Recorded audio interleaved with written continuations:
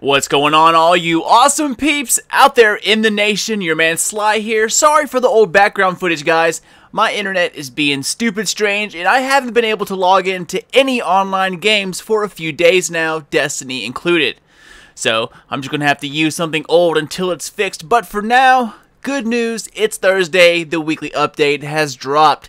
So, for some reason, they want to change the name from Bungie Weekly Update, or whatever, BWU, to something new and fancy. They haven't decided yet, but either way, it's going to be the same old weekly update, always on Thursdays.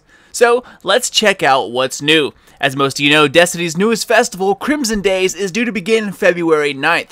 It will start from an update that will drop right before it, and those usually happen around 10 AM West Coast, 1 PM Eastern. Okay, so besides Crimson Days and the Crimson Doubles playlist, what else is going to drop?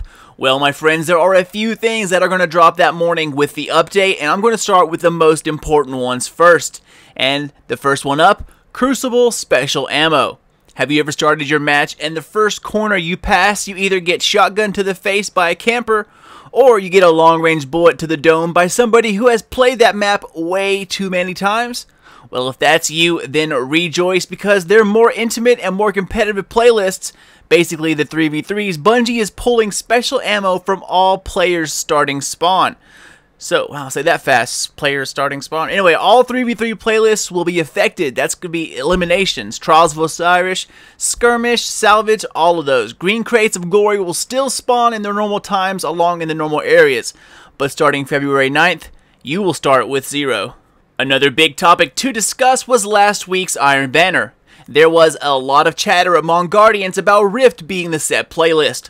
All of the teams that had at least 4 or more teammates were loving it. The lone wolves out there, absolutely hating it.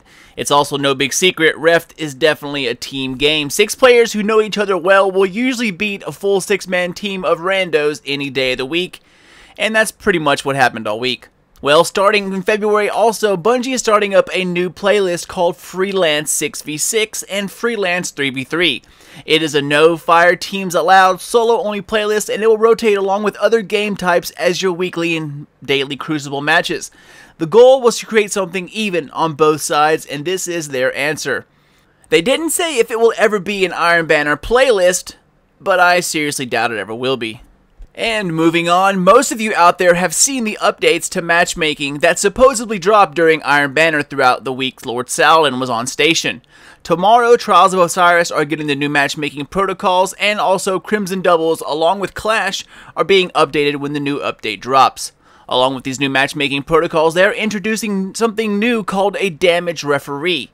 It is again more technical networking stuff to try and reduce lag in the Crucible, and from what it looks like, this is a more major step in the right direction. Apparently, players with good internet connection will feel a more snappier PvP experience.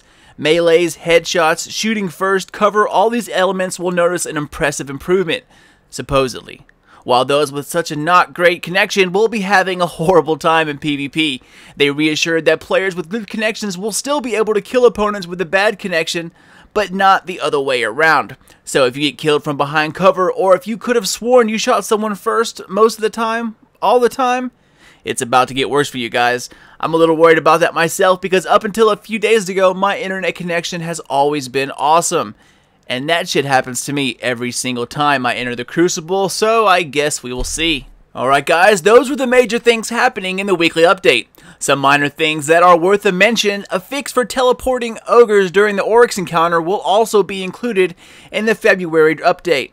Apparently there was a glitch in the bombs that the ogres dropped. The program that makes ogres move was registering the bombs as solid objects, thereby making them teleport over it.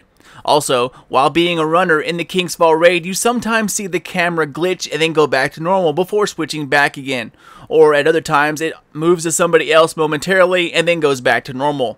That will also be fixed. Besides that, those were the most noteworthy things mentioned in this week's weekly update. The only other matter was that of connection bars. When you look at a teammate and see a red or a green bar, those are connections between players, not a player's connection to the Destiny server. So if your leader is red, you are lagging because he isn't connecting to the rest of the team. But that's all she wrote, guys. I was hoping for a little more information about some PvE content for this next festival, but once again, disappointment was all I received. Once again, sorry for the sparse videos as of late. Once I get this connection issue figured out, I will be dropping them back as normal. One last thing before I go is that make sure you guys have enough space come the 9th to download the update. Downloading halfway and then re-downloading it later because you're full and you had to delete stuff can end up causing issues, so just be safe and get it done right the first time. That's it, guys. Thanks for watching, and I will see you all in the next one. This is your man Sly.